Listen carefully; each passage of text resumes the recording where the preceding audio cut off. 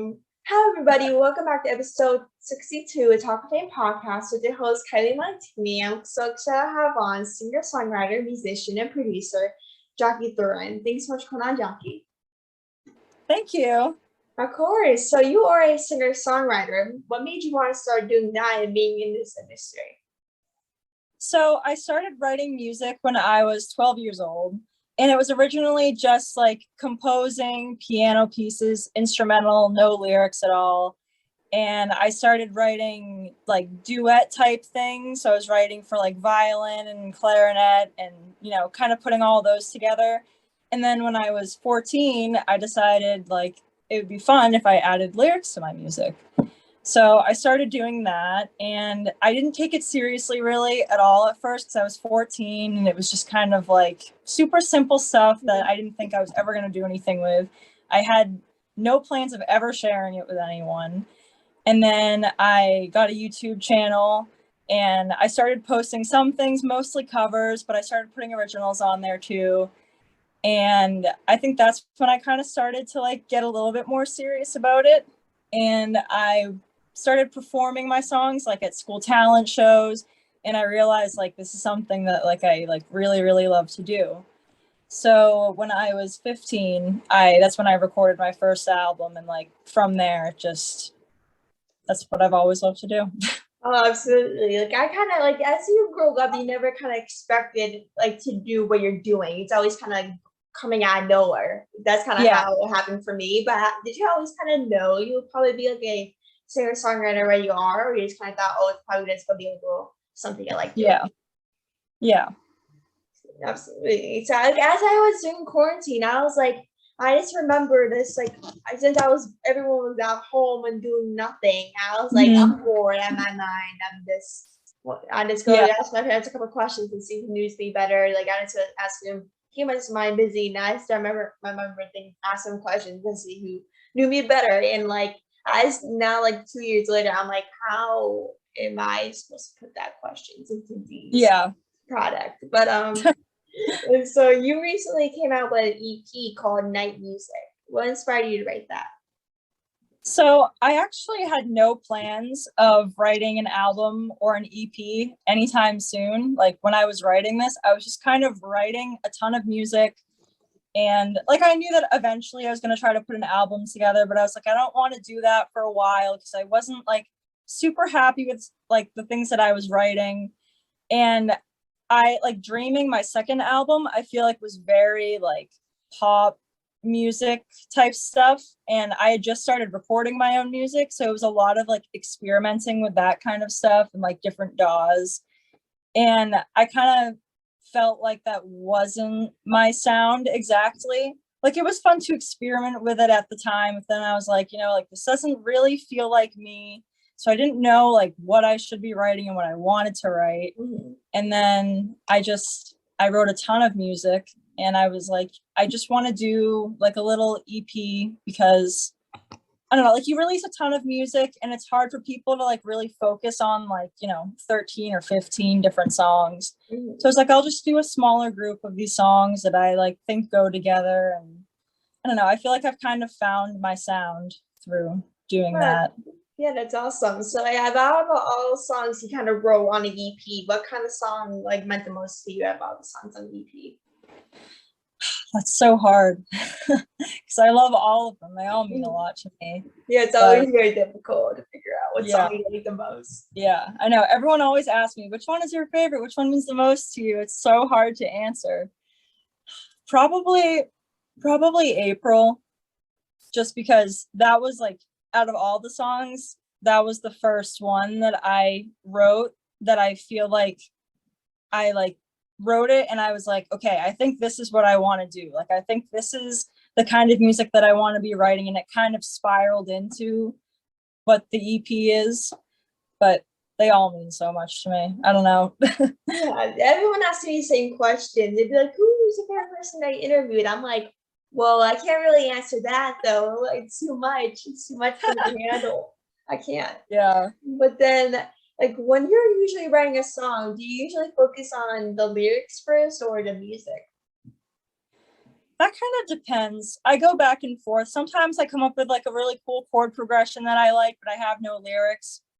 So I'll just like record it in my, little recording app on my phone and keep it in there and save it for when I have lyrics. Or sometimes I'll just get lyrics that have no tune or anything, and I'll just save them for later. Or sometimes I get it all at once, and it makes it easy. Yeah, for sure. So do you have anyone that you looked up to as a singer-songwriter, or just kind of in general? Well, I mean, I love Taylor Swift. Me too. Always. Always. I love Maisie Peters. I love Harry Styles. Oh, me too. I feel like I listen to so many different people. Mm-hmm. I love Fleetwood Mac. I love Beach Boys, the Beatles, obviously. Mm-hmm. Yeah, all the oldies, all the 90s babies people. Mm-hmm. So I love that. So I'm the same exact way. I'm like everyone. I'm this person that likes any generated music. Like I'm like 2000s, 90s, 80s. I'm all that. Yeah. Yeah. But everyone asks me like, who's your favorite genre? I'm like, I don't have one. I listen to every single thing. Yeah, so I listen to all of it. Yeah, I listen to all of it. So it was so funny you even asked me the question. But like, if you could collab with any singer-songwriter, who would it be? Probably either Taylor Swift or Maisie Peters, just because like, I mean, they're amazing, but then they also work with so many like incredible people just like behind the scenes, like recording and all the other co-writers. So it'd be really cool. Yeah, absolutely. Like, do you have a favorite Taylor Swift song, or a bunch? Favorite song? Oof, that's hard. I know it's too much. I mean, All Too Well 10-minute version is so good. Yeah, like every Taylor Swift song is a hit, so it's very difficult to choose one day. Yeah.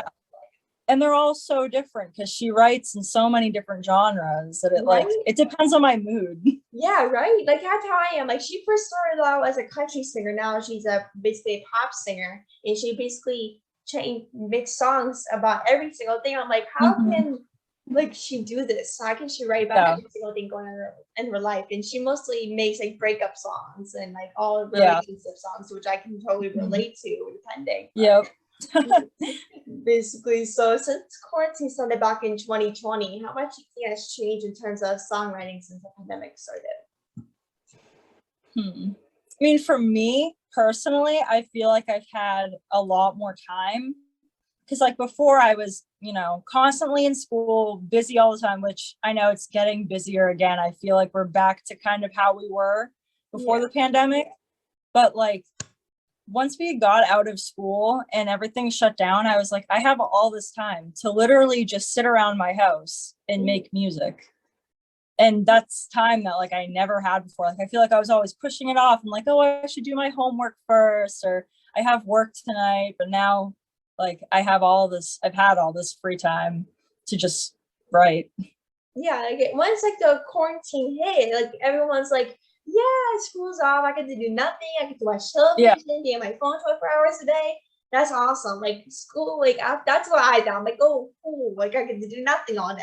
Yeah. It was a well-deserved break for everybody. At least kind of time to reflect and just kind of relax and say, since every day is like a busy time before the pandemic, and now like everyone like was like, what are we supposed to do with ourselves? Like now we're like people thought it was gonna last for like a couple of weeks. Now like 2 years now. And like so they'll be like, oh, we had 2 weeks off of school, we get to relax, just do whatever we want, like blah blah blah. And now 2 years later, like, okay, well, what do we have to do now? Like, what are we supposed to do now? Go back to work now or something?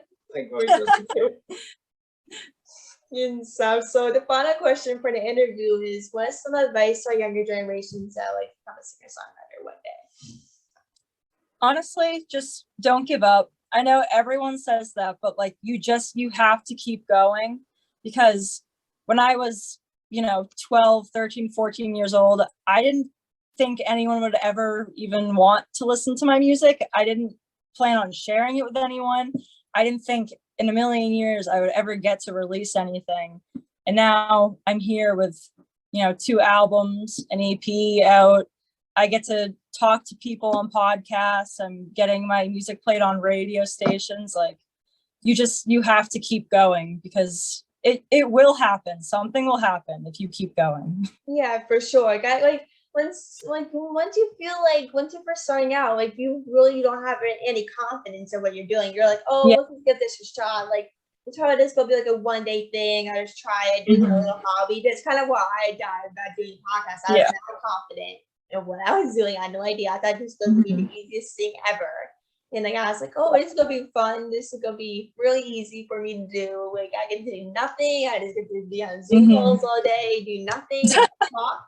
And so now I'm like, okay, well, this is very difficult now. Like it's very difficult to basically handle all your scheduling, like try to balance school, work, like all of these things in your like in your life. But what was kind of the difficult part for you to kind of balance all these things, like songwriting, school, and like work and all those things to do? I mean, it's kind of difficult sometimes, but I've also like, I'm a senior in high school now. I really don't have like a ton of schoolwork to do. I'm home early pretty much every day. I have a half day every week. A lot of my classes aren't like serious classes, or like they don't give a lot of homework, and they're mostly music classes. So all of my days are pretty much based around music now, which is nice. But like before, I feel like I had 1 day a week where I was able to just like really work on my music. Like I'd have like a Saturday, and then every other day would be I'm at work or I'm at school, and then you have like extracurricular activities, and yeah. Very busy. Like you have to make some time to make extend your schedule. That's like the worst thing, is you don't want to over exaggerate yourself and stress yourself out. That's kind of something that I struggle with. Exactly. And something like I kind of have an easy schedule because I end at noon, and so it's a very easy schedule for me, since I end at 12, so I have the rest of the day to do what I needed to do and everything. So like when you are usually singer songwriting, like when you're writing, like do you have any like things that kind of impact your music? Do you have any like events that kind of trigger your music and what to write about? I mean, everything I write is based on my life pretty much. I think I have a few songs that are like made up stories, but it's all just whatever's going on in my life, usually about love or heartbreak or things that are upsetting me, or like movies are pretty inspiring. Yeah. Other music. What movies you should bring you inspiration? Like, do you have any specific movies that bring you kind of inspiration? None. Like I haven't written a song like about a specific movie, I guess, but like I guess any movies that have like love stories, like La La Land is my all-time favorite movie. Just like the music, I don't know, everything about it, the story, it's very inspiring for me. Yeah, have you seen the new J-Lo movie, Marry Me yet, or no? No. That's a good one. That's a good kind of love story to check out. Yeah. We have like all music and stuff. I totally recommend it, and everything. It's really good. But yeah, thanks so much for coming on the podcast. It was so good. Thank you for having me. Amazing. I'm so happy to have you on, and thanks so much for coming on. We'll definitely see you soon for sure. Thank you. Of course. Talk to you soon.